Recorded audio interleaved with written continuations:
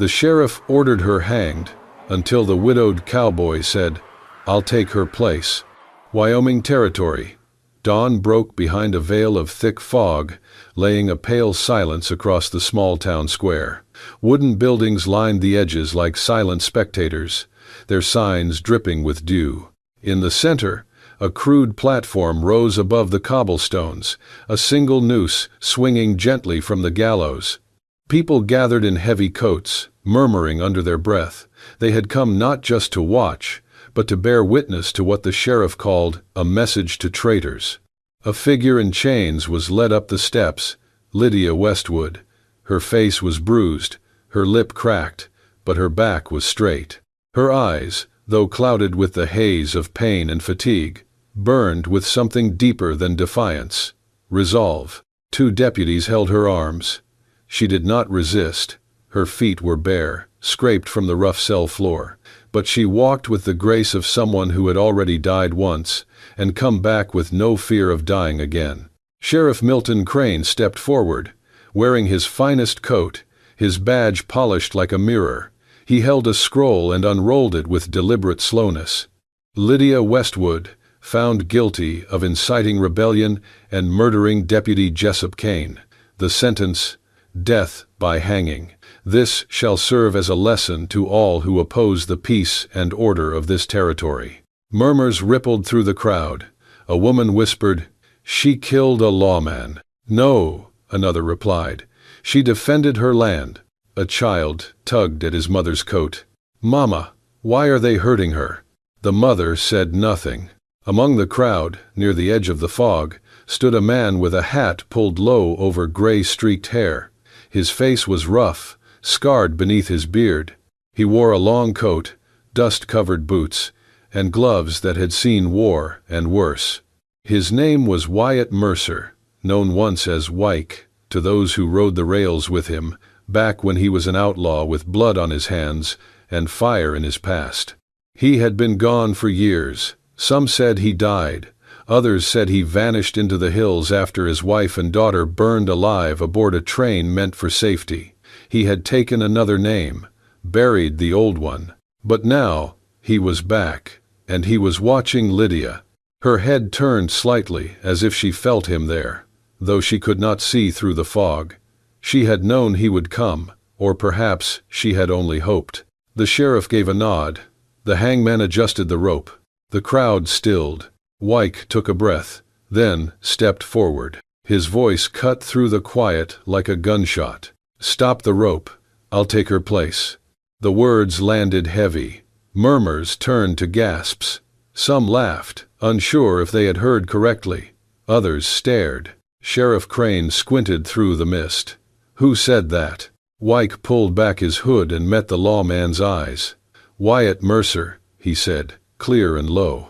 "And I stand in her stead." Crane's mouth curled into a slow grin. "Well, I'll be damned." He turned to the crowd, arms wide. "Seems we have ourselves a legend returned from the dead." Lydia's breath caught. "Wyke?" she whispered. The sheriff raised his voice. "Let it be known, the outlaw Wyatt Mercer offers himself for a woman marked by justice.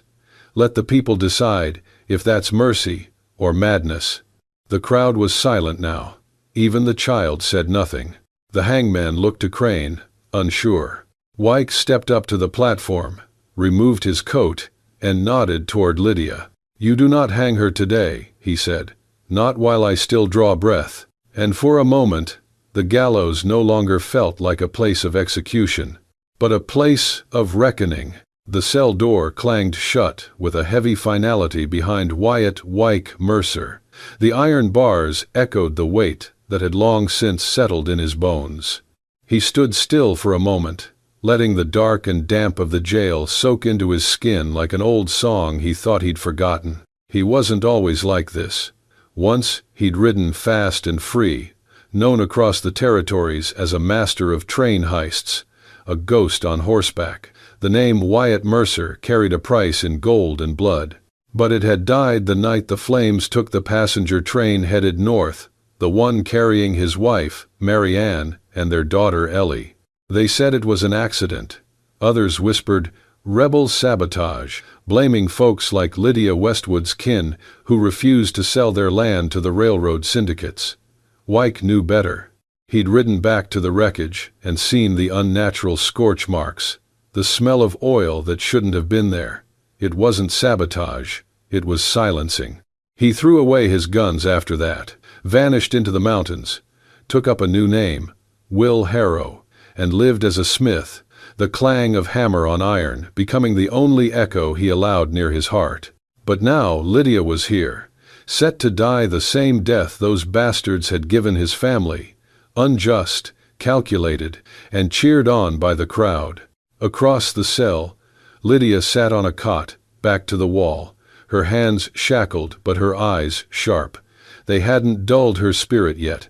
"You were supposed to stay gone," she said, her voice flat but layered. "I couldn't. You think this makes it right? Trading places won't bring them back." "I know," he said simply. "But maybe it stops them from taking one more good person." She looked away. The next morning, Sheriff Milton Crane stood outside the bars, smirking like the devil had whispered a private joke in his ear.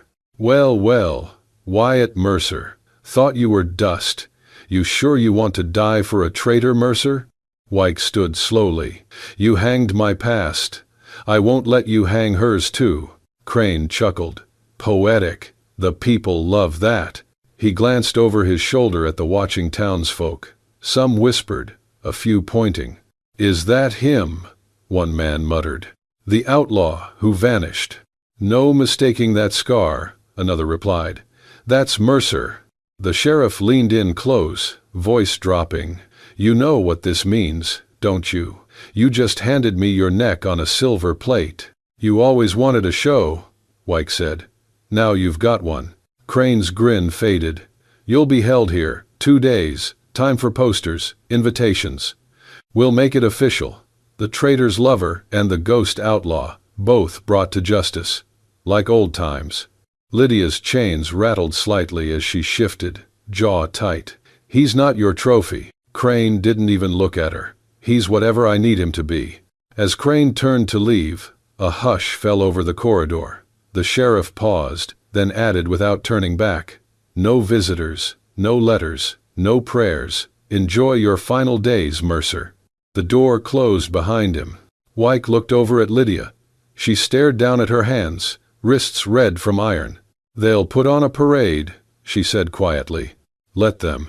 He sank down on the floor, back to the wall, exhaling slowly. 2 days, she murmured. "That's all we've got." He met her eyes. "Then we better make them count." Inside the dim, musty cell, the lantern hanging outside cast flickering shadows through the barred window. It was past midnight when the guard grumbled open the heavy metal door and shoved Lydia inside. Wyke sat on the narrow cot, arms crossed, shackles still around his wrists. The moment he saw her, he stood. She didn't speak at first, neither did he. Her eyes adjusted slowly to the darkness, scanning the shape of the man she thought she'd never see again. "You were supposed to stay gone," she said finally, voice edged with a bitterness she couldn't quite conceal. Wyke lowered his gaze. "I had to come back. You think showing up to die in my place fixes anything?" "I don't think it fixes the past," he said, "but I can try not to repeat it." She turned her back to him, leaning against the cold stone wall. The silence stretched. Then Lydia's voice came, softer. "Crane, he's behind it all." Wyke stepped closer. "Behind what?" "My father's murder. The fire that killed your family. It's all part of the same plan." She looked over her shoulder. "You know he wanted the land. My father refused to sell to the railway. Said they'd poison the stream, uproot our people. So Crane made sure he disappeared. Accused me of killing his deputy when I went to the sheriff's office for help. Had the witnesses bought." Wyke frowned. "Why didn't you run?" "I did. I ran into the mines my father used to work. Lived on roots, slept on rocks, waited till no one came looking anymore. Then I tried to come back and fight. That's when they caught me." Wyke sat down slowly. He's still playing the same game. They both fell quiet again. Outside the window, a gust of wind rattled loose dust from the ceiling. Footsteps passed. Wyke tensed. He moved to the wall and leaned toward the bars. A silhouette moved just beyond the outer lantern's reach. Not a guard's gate. Too careful. Listening. He stepped back and lowered his voice. Someone's out there. Lydia's brow furrowed. One of his men? Maybe. Or someone worse. She crossed her arms, breathing unsteady. Wyke turned to face her fully. Lydia, listen to me. If what you said is true, if Crane burned your father out, killed your family, and framed you, then he's the same devil who lit that fire on the North Line, the one that took Clara, took Ellie. Lydia looked up. You think he's behind that too? I don't believe in coincidences anymore. She nodded slowly. So what now? We get the truth out, he said. Crane wants you dead by dawn 2 nights from now. That gives us 48 hours. She scoffed. And what exactly do we do in 48 hours from inside a jail cell?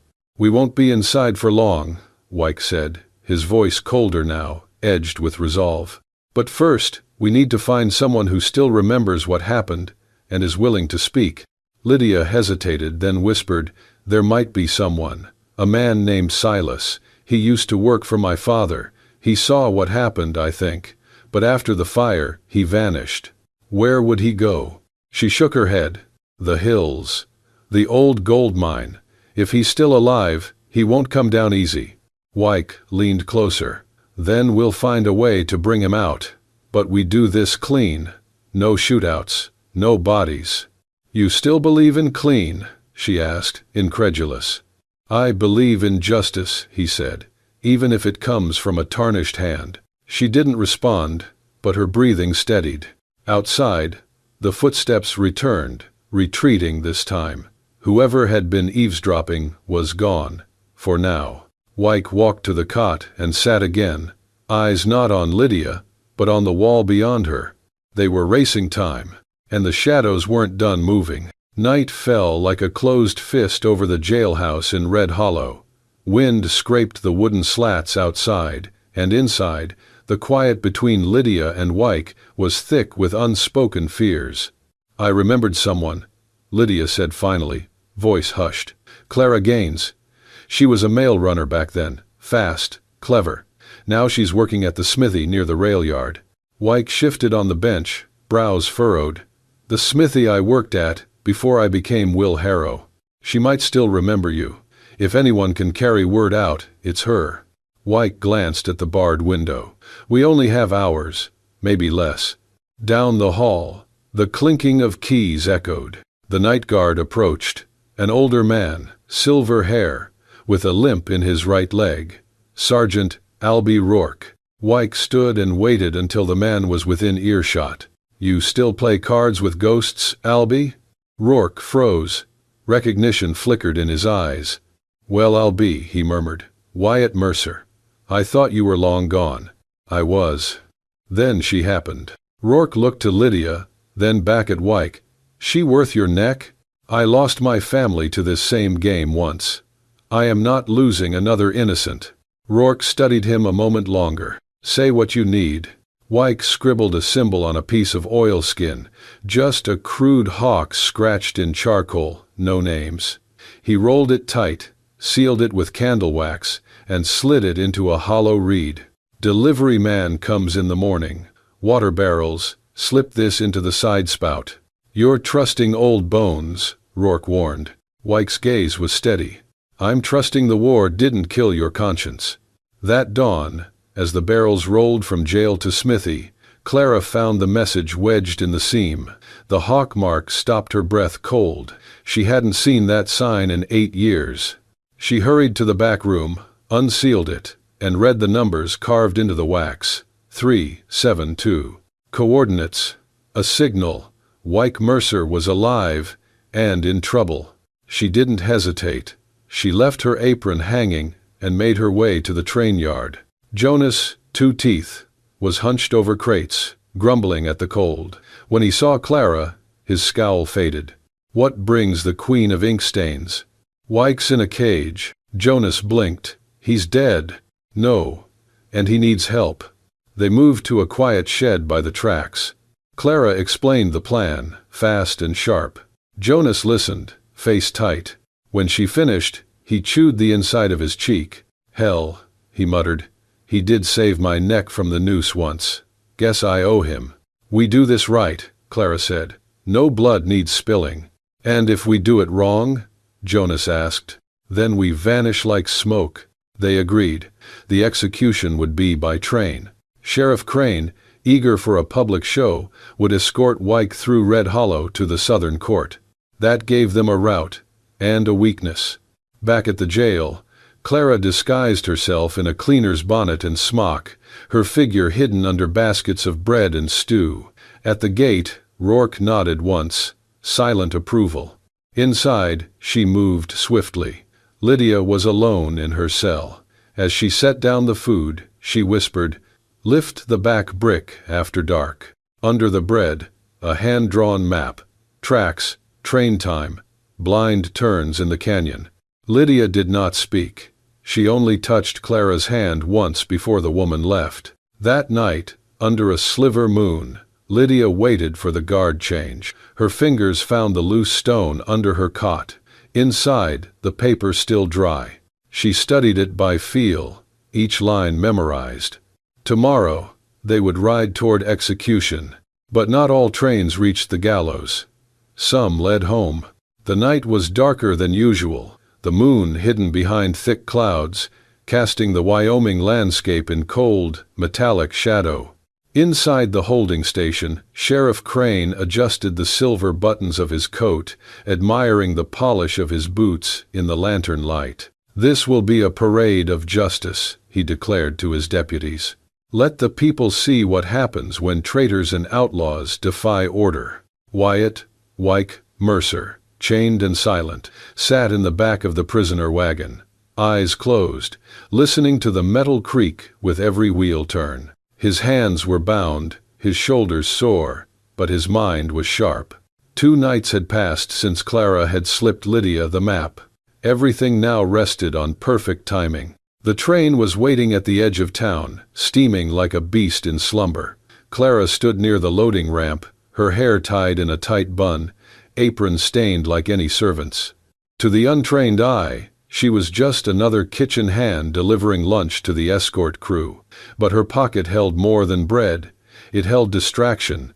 Jonas Two Teeth was already aboard, disguised as a cargo foreman. He had marked the latch connecting the 3rd and 4th car, the one that held Wyke and the guards.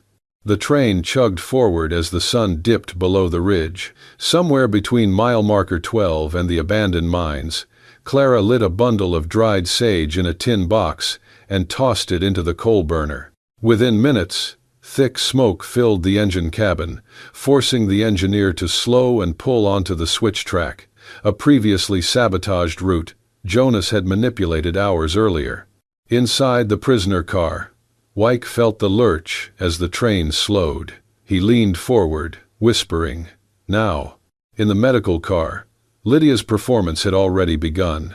She had torn open the bandage Clara gave her and pressed it into a corner of the iron bunk. Blood trickled down her palm. As planned, she collapsed onto the floor, motionless.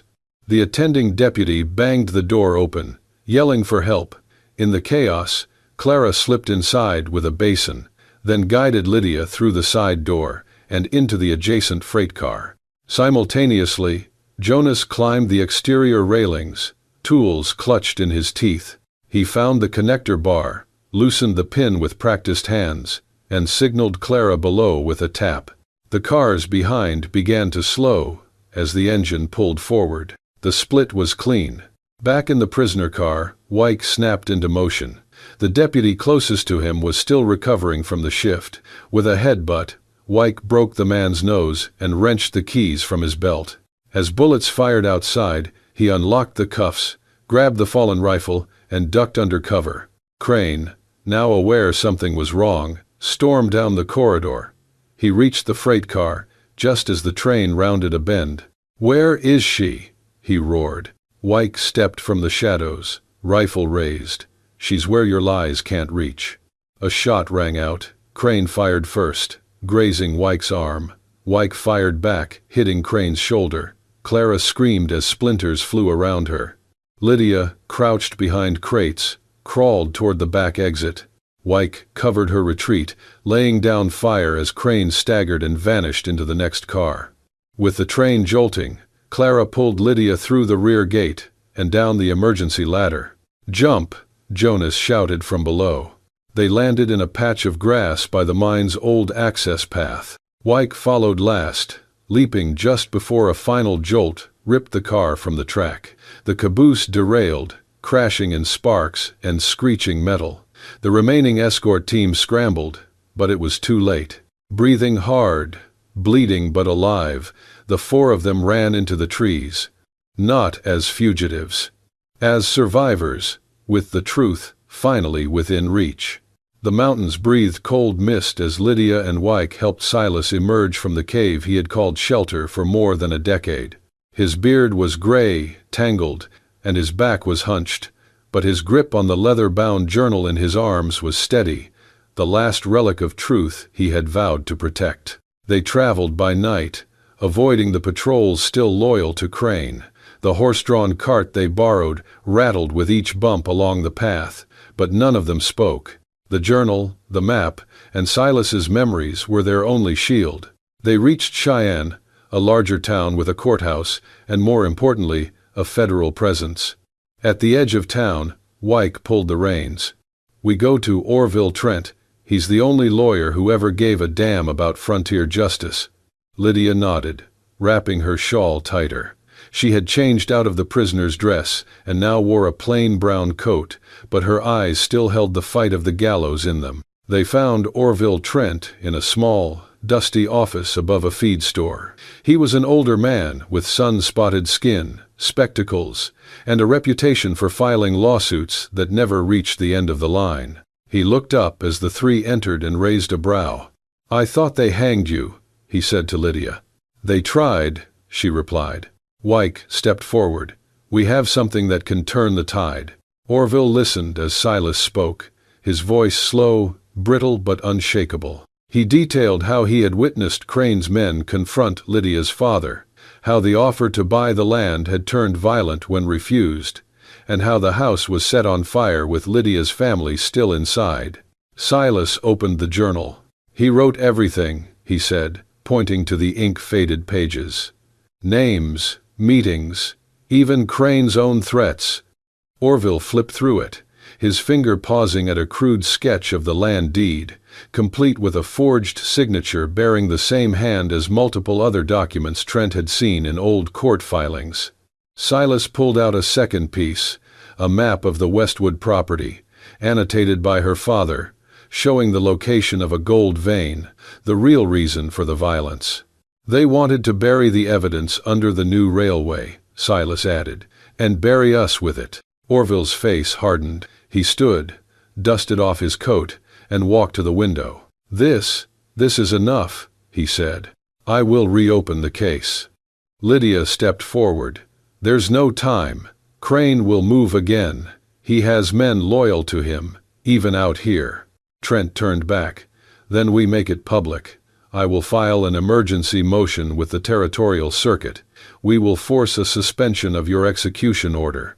Within an hour, a rider was dispatched carrying the documents. Orville wrote up the appeal with trembling hands, quoting not just Silas's account, but decades of land disputes all linked to Crane's fraudulent dealings. By nightfall, a wire came back. Execution order suspended. Investigation launched. Arrest warrant pending for Milton Crane. Lydia sat down, her breath shivering. Wyke stood behind her, one hand on her shoulder. "You did it," he whispered.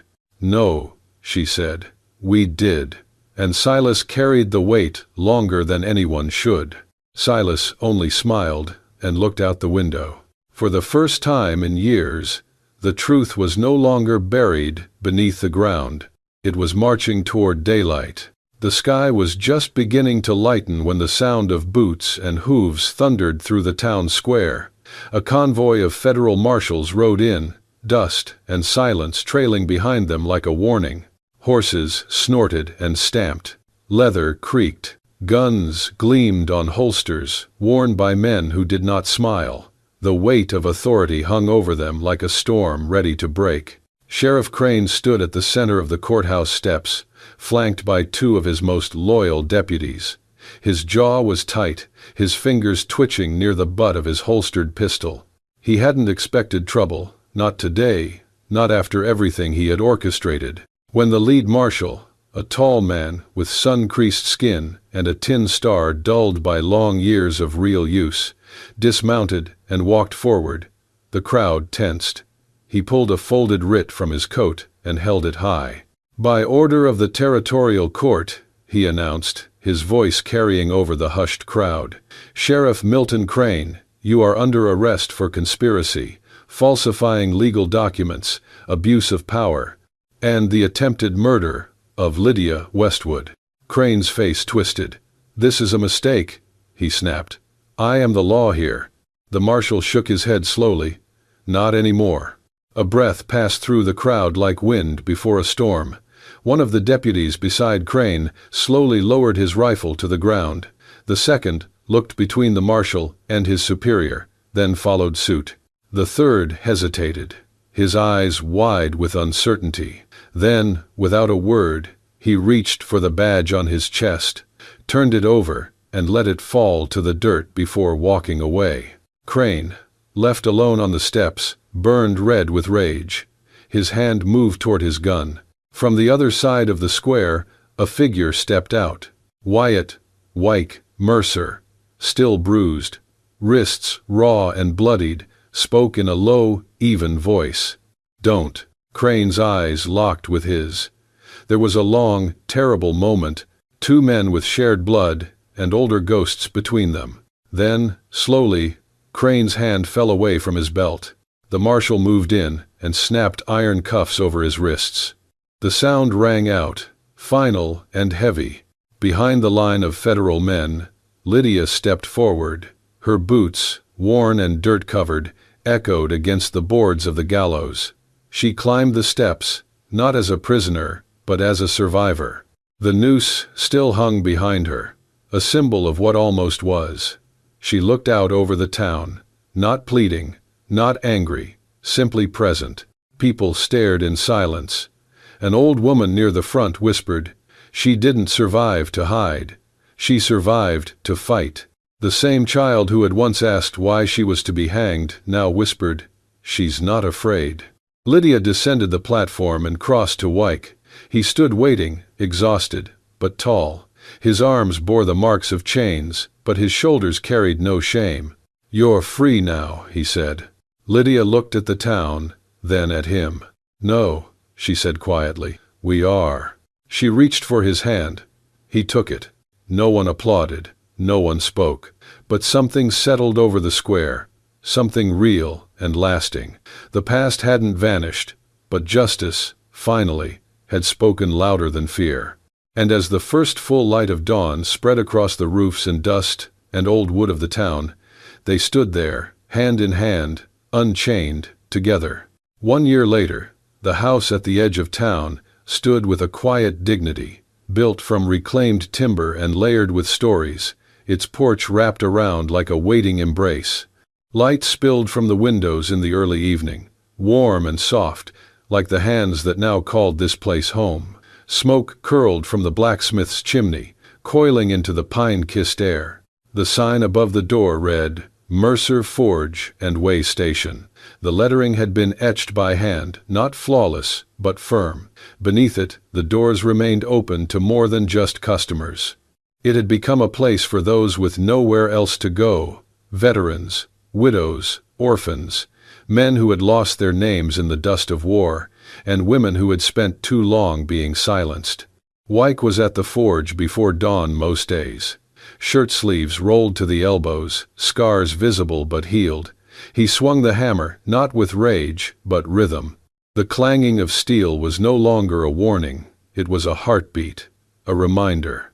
He often said little while working, but the way he taught Eli, the boy who came daily with dirt under his nails and questions in his eyes, spoke volumes. "Hold the blade steady," Wyke murmured, guiding Eli's grip. "Not like you're fighting it. like you're listening." "Steel talks?" Eli asked, skeptical. "It screams if you treat it wrong," Wyke said. "But if you listen, really listen, it'll tell you what it needs."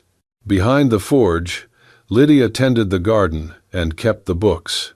Her hands were calloused from soil and ink alike. Each evening, she sat by the window in her wool shawl, the old typewriter clicking softly. She wrote letters. Some she sent, others she sealed and placed in a small cedar box.